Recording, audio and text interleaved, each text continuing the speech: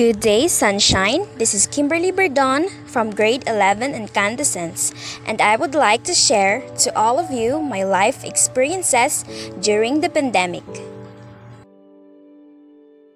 In life, every day is a new experience.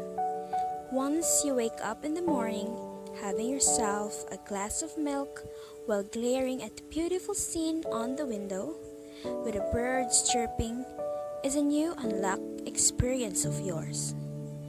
There are different kinds of experiences, but did you ever treasure some life experiences that you cannot forget? It somehow symbolizes you, and aside from that, it gives you some lessons, and that's what I'm going to share it right now. My life experiences during the pandemic. It was just a snap and everything changed. The pandemic that we're in now has done too many challenges. It was a happy moment I remember when I was at school that day.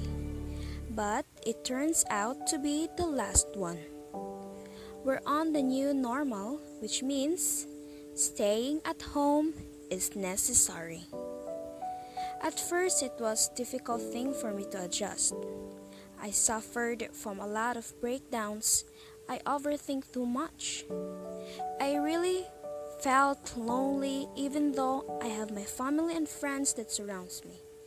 I'm longing for my friends. I miss the fun that we had at school. I miss sitting on my armchair, staring at the window while studying. The voices of my teachers, the loud megaphone that our principal uses when announcing.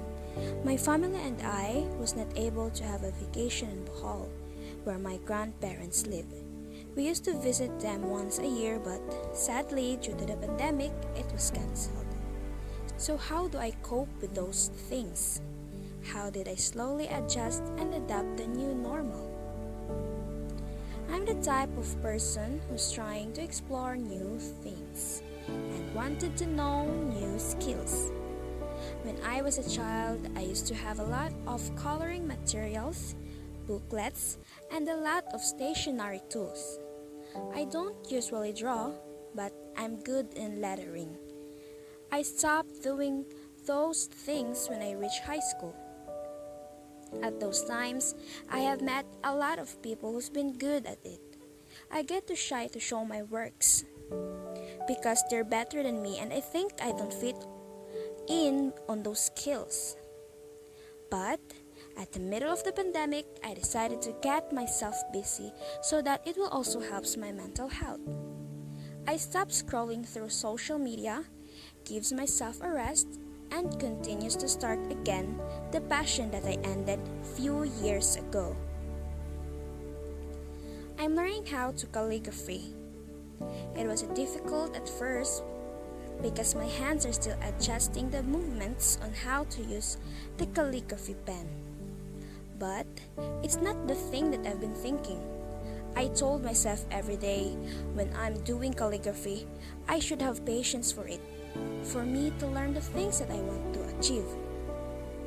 Aside from that, making poems is also my escape. Whenever I felt that I was locked on a dark room, which is my thoughts. By simply expressing my thoughts, emotions in a piece of paper, I feel relief. There's one time last year, month of August I think, I was so down and I felt lost again this time. I'm having a hard time to get enough sleep because of overthinking, and to be able to cope with it, every night I wrote a poem on my journal. I express everything with the use of my pen and paper.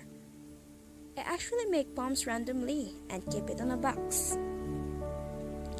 The only thing that makes you happy is doing the things that you've loved, and that was I'm doing during the pandemic.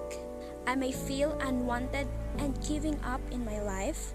Still, I myself seek for the things that would actually builds me again. To everyone who's suffering this kind of situation I'm dealing, listen to me. You are not alone. You just want to be alone, and that's okay.